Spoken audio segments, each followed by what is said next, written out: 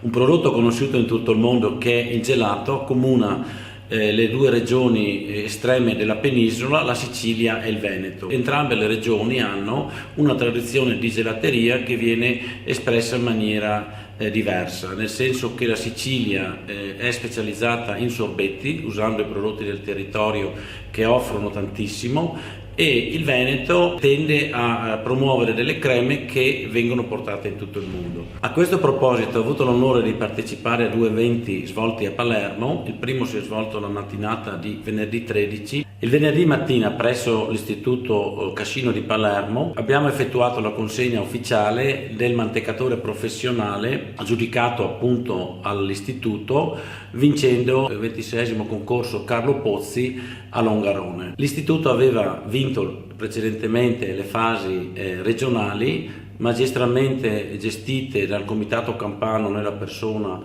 di Ferdinando Bonoccore e Domenico Belmonte, ora presidente Arglass. Il mantecatore era già stato consegnato, la scuola aveva già avuto modo di usarlo. Il maestro gelatiere Antonio Cappadonia ha svolto un'intensa lezione agli studenti spiegando i segreti del gelato artigianale e facendoli partecipi appunto della mantecazione con il nuovo mantecatore. Gelato che è stato gustato da tutti i presenti con soddisfazione generale in quanto prodotto dagli studenti. Durante la cerimonia è stato messo in risalto quanto sia importante che lo studente durante il percorso formativo scolastico abbia delle possibilità attraverso degli stage formativi di uscire dalla scuola e entrare nel mondo lavorativo.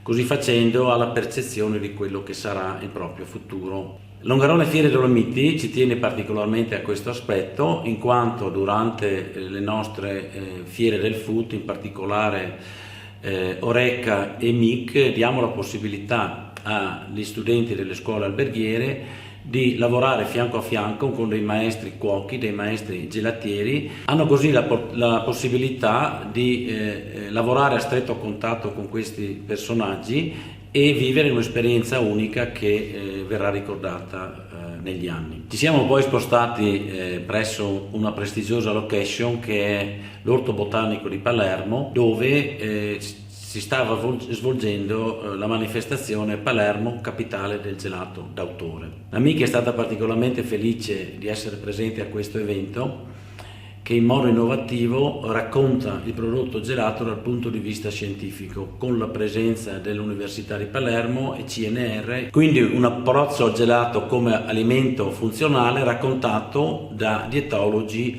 e esperti nutrizionisti. Un applauso all'organizzatore Maurizio Valguarnera, che ha saputo iniziare un percorso di racconto del gelato in maniera diversa e è riuscito anche a organizzare un concorso tra gelatieri che si sono cimentati nel proporre dei gelati usando i prodotti del territorio, quindi materie prime di qualità funzionali alla salute dell'uomo. Ma anche il palato vuole la sua parte, quindi un buon gelato preparato con degli ingredienti di qualità sposa perfettamente il motto dell'Orto Botanico di Palermo: miscuit utile dulci, ossia unire l'utile al dilettevole. A questo proposito, assieme al collega Antonio Mezzalira e al professor Todaro dell'Università di Palermo, ho avuto l'onore di